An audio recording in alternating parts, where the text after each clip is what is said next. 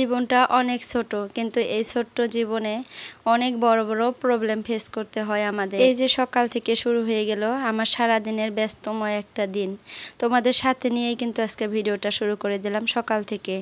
এই যে সংসার নামটা কিন্তু অনেক ছোট, কিন্তু এই নামটার ব্যাখ্যা করতে গেলে যে কত বড় হয়ে যাবে সেটা আমি ব্যাখ্যা করে শেষ করতে পারবো না হয়তো এই ভিডিওতে। এই ছোট্ট সংসার নামটাতে লুকিয়ে আছে ভালোবাসা, মায়া, ত্যাগ, পরিশ্রম, টেনশন আর বড় বড় প্রবলেম। তো এই সব কিছু মিলিয়েই তো সংসার, তাই না? আসসালামু আলাইকুম আমার প্রিয় আপুরা, তোমরা কেমন আছো? আশা করতেছি ভালো আছো।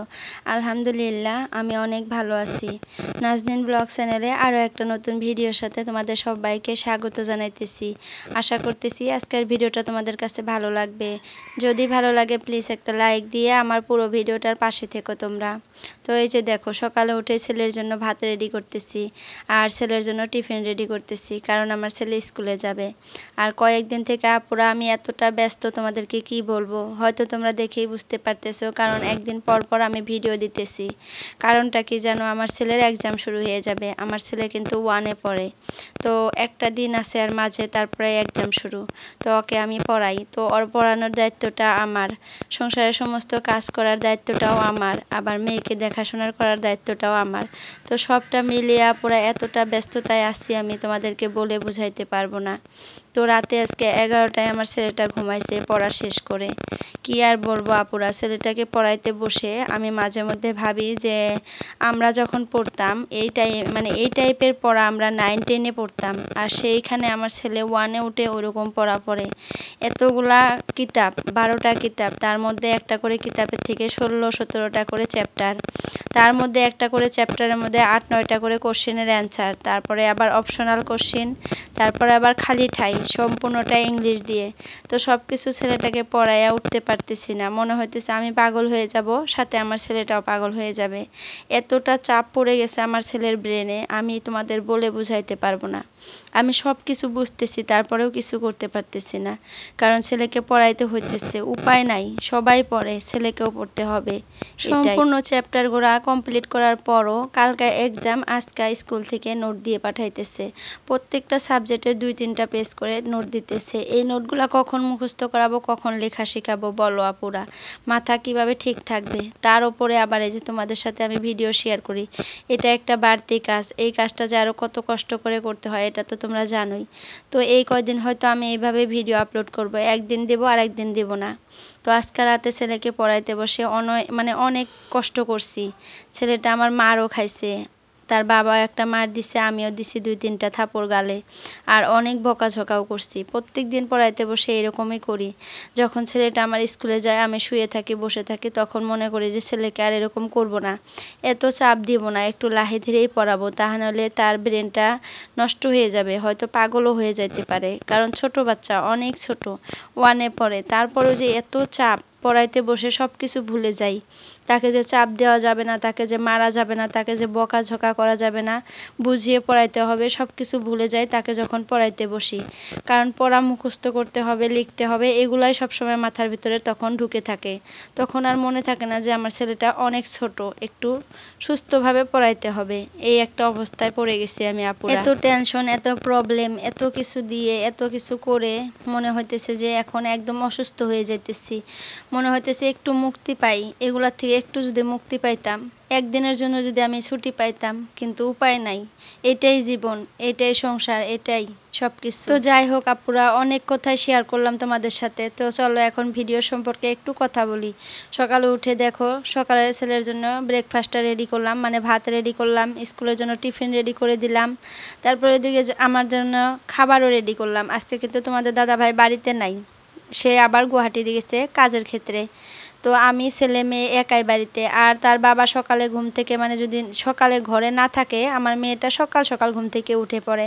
যেহেতু আমি সকালে উঠে যাই রান্নাঘরে রান্না করার জন্য, তো সেখানে তার সাথে যদি কেউ না থাকে সে আর ঘুম পারে না। তো এই যে দেখো, সকাল সকাল ঘুম থেকে উঠে পড়ছে, আর ছেলেকে রেডি করে দিলাম, ভাত খাওয়িয়ে দিলাম, ছেলে স্কুলে চলে গেল। তো এখন দেখো আমার রুটিটা আমি ভাজতে এসে দেখি গ্যাসটা শেষ। তা ভালো আর একটা গ্যাসের সিলিন্ডার রুমে ছিল, তা না হলে আমার অবস্থা এখন কি হইতো বলো?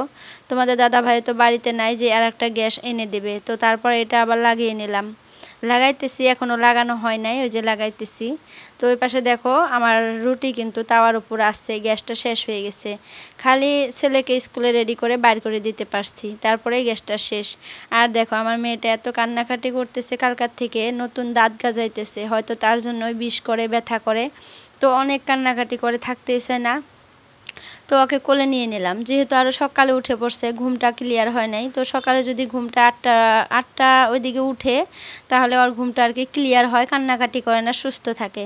আর যদি 6টা সাড়ে 6টায় উঠে পড়ে, 7টায় উঠে পড়ে, তাহলে সে অনেক কান্নাকাটি করে, কারণ ঘুমটা ক্লিয়ার হয় না, ছোট বাচ্চা। তো যাই হোক, কোলে নিয়ে এখন সবটা কাজ করব, যতটুকু পারি, যতটুকু আগে কোলে নিয়ে করতে পারবো অতটুকু কোলে নিয়েই করব। তারপরে একটু বসিয়ে দিতেছি, খেলতেছে না, মানে খেলতে দিয়েও আমি শান্তিতে নাই। এদিকে দেখো কত কিছু দিয়ে খেলতে বসিয়ে দিচ্ছি, দেখো তোমরা দেখাইয়া দিই তোমাদেরকে। এই যে দেখো খাসি টাসিটে মানে যা যা ছিল সব কিছু দিছি।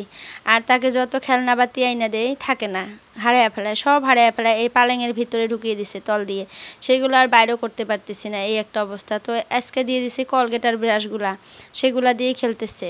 ব্রাশগুলা মুখে দেয় না, কিন্তু কলগেটটা মুখে দেয়। আর ওই যে কলগেটের ইটা দেখো হাতের মধ্যে নিয়ে আসে, আমি নিতে চাইলে দেয় না, কান্নাকাটি করে। তো বললাম যে হাতেই থাক, আমি একটু চাটা খেয়ে নেই।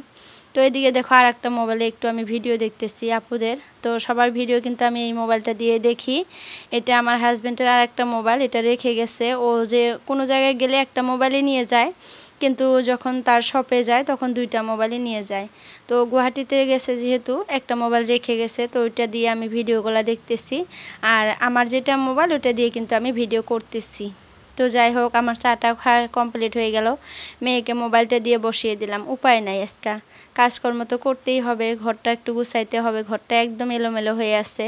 তো দেখো বিছানা চাদরটা একদম তুলে ফেলছি, একটু ঝাড়বো, ঝাইরা তারপরে পারবো। কারণ মেয়ে না এখানে উঠে খেলছিল, ছেলে সকালে আর কি বিস্কুট নিয়ে এসে খেলাইছিল। তোমরা হয়তো ফার্স্টে দেখছাও, মানে আমার কিচেনে কিন্তু ছেলে যায় আমার কাছ থেকে বিস্কুট নিয়ে আসছে, আর ওই বিস্কুট দিয়ে আর কি টিফিনে করে নিয়ে বসে বসে খেলছিল।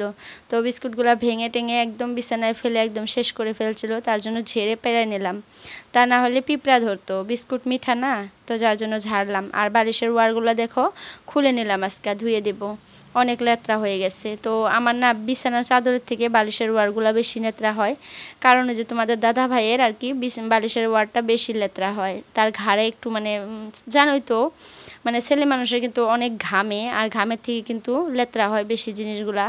আর তোমাদের দাদা ভাই এত পরিমাণে ঘামে কি বলবো, তার শার্ট, স্পটিং, গেঞ্জি সবগুলা স্মৃতি পরা। হোয়াইট কালারের যে গেঞ্জিগুলা পরে, ওই গেঞ্জিগুলা তো তোমরা দেখতেই পারবে না, এত স্মৃতি পরা। নতুন গেঞ্জি 1 সপ্তাহ পরবে, তারপরে দেখবো স্মৃতি পড়ে গেছে। তো ঠান্ডার দিনে একটু ভালো হয়, গরমের দিনে আরও এই প্রবলেমটা বেশি হয়, দিনে 2-3টা করে গেঞ্জি চেঞ্জ করে সে। তো যাই হোক, আজকে আমার মনটা অনেক খারাপ লাগতেছে, কারণ ছেলেকে যে রাত্রে মারছি আর কি। তো রাতে ঘুমানোর পর তোমাদের দাদা ভাই বলতেছে যে আজকে অনেক মারছো ছেলেকে। তো আমি তো আমার মনের কষ্টটা কাউকে বলে বুঝাইতে পারি না। তোমাদের দাদা ভাই যে একটা মার দিছিল, সে অনেক কষ্ট পাইছে আর কি, ছেলেকে মারে না। তো রাতে ভাত খাওয়ার মানে ভাত খাইতে বসে দেখি ভাত খাইতেছে না, তোমাদের দাদা ভাই অল্প করে ভাত খাইলো। তো আমি বুঝতে পারছি সে অনেক কষ্ট পাইছে। আর ছেলেকে শাসন করা, মারা, বকা সবকিছু কিন্তু আমি বেশি করি, তোমাদের দাদা ভাইয়ের দ্বারা এগুলো হয় না। মানে সন্তানদের অনেক আদর করে, তো যখন ওভার রাগ উঠে যায় তখনই কিন্তু মারে। তো কালকা রাতে যখন আমি 2-3টা মারছিলাম আর বলছিলাম যে পড়া কেন হয় না, কালকা 2 দিন আর আছে, এক্সাম শুরু হবে।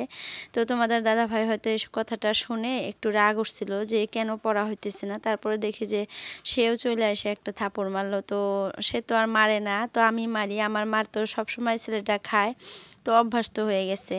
তো তোমাদের দাদা ভাই যখন একটা মায়ের দিছে, সে অনেক লজ্জা পাইছে আর কান্না করে দিছে, মানে ভয়ও পাইছে অনেক।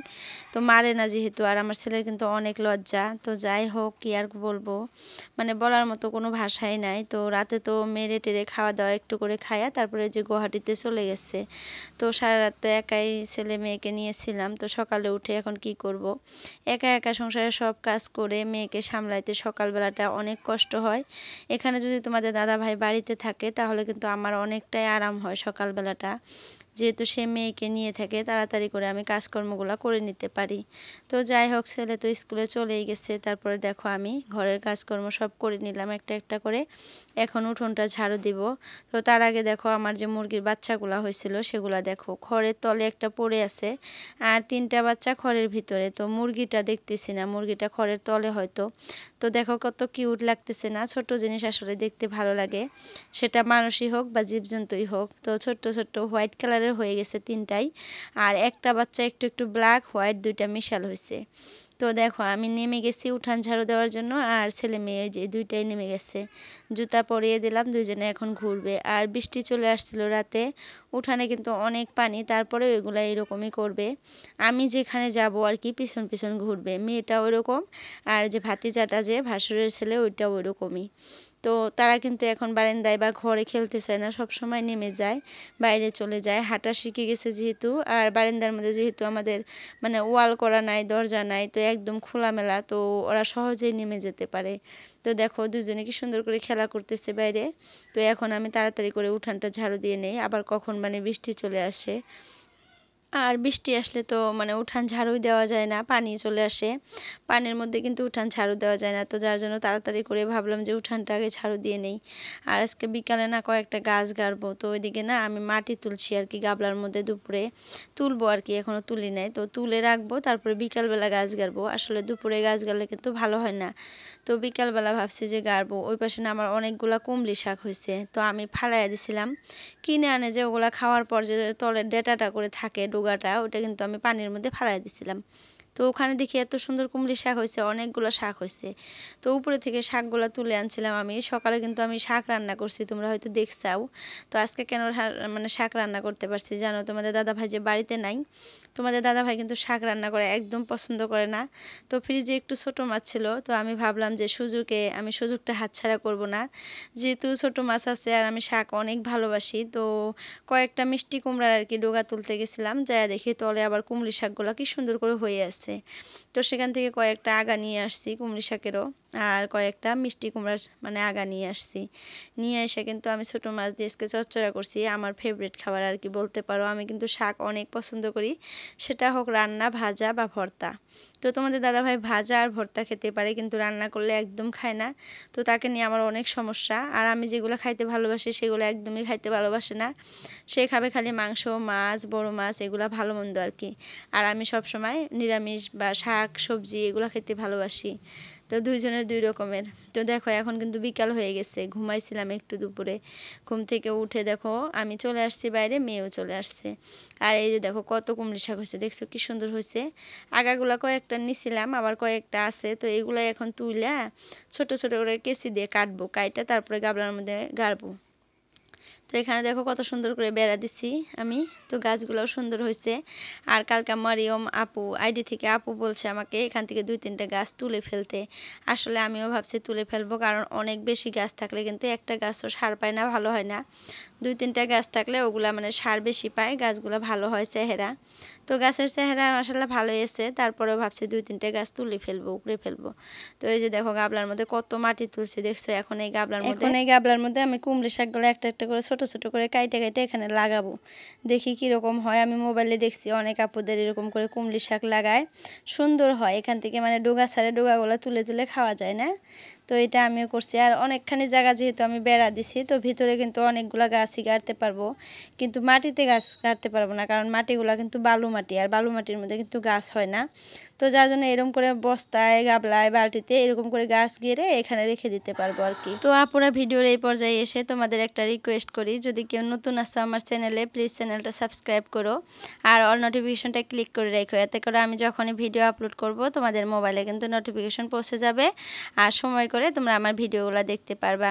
তো দেখো গাছগুলো কাটা কমপ্লিট হয়ে গেছে, আর সন্ধ্যাও লেগে গেছে দেখছো। তো ভাবলাম একটু পানি দিয়ে দেই, বালতিতে করে একটু পানি নিয়ে এসে দিয়ে দিলাম। তো আজকের জন্য এতটুকুই, বাই বাই, আল্লাহ হাফিজ।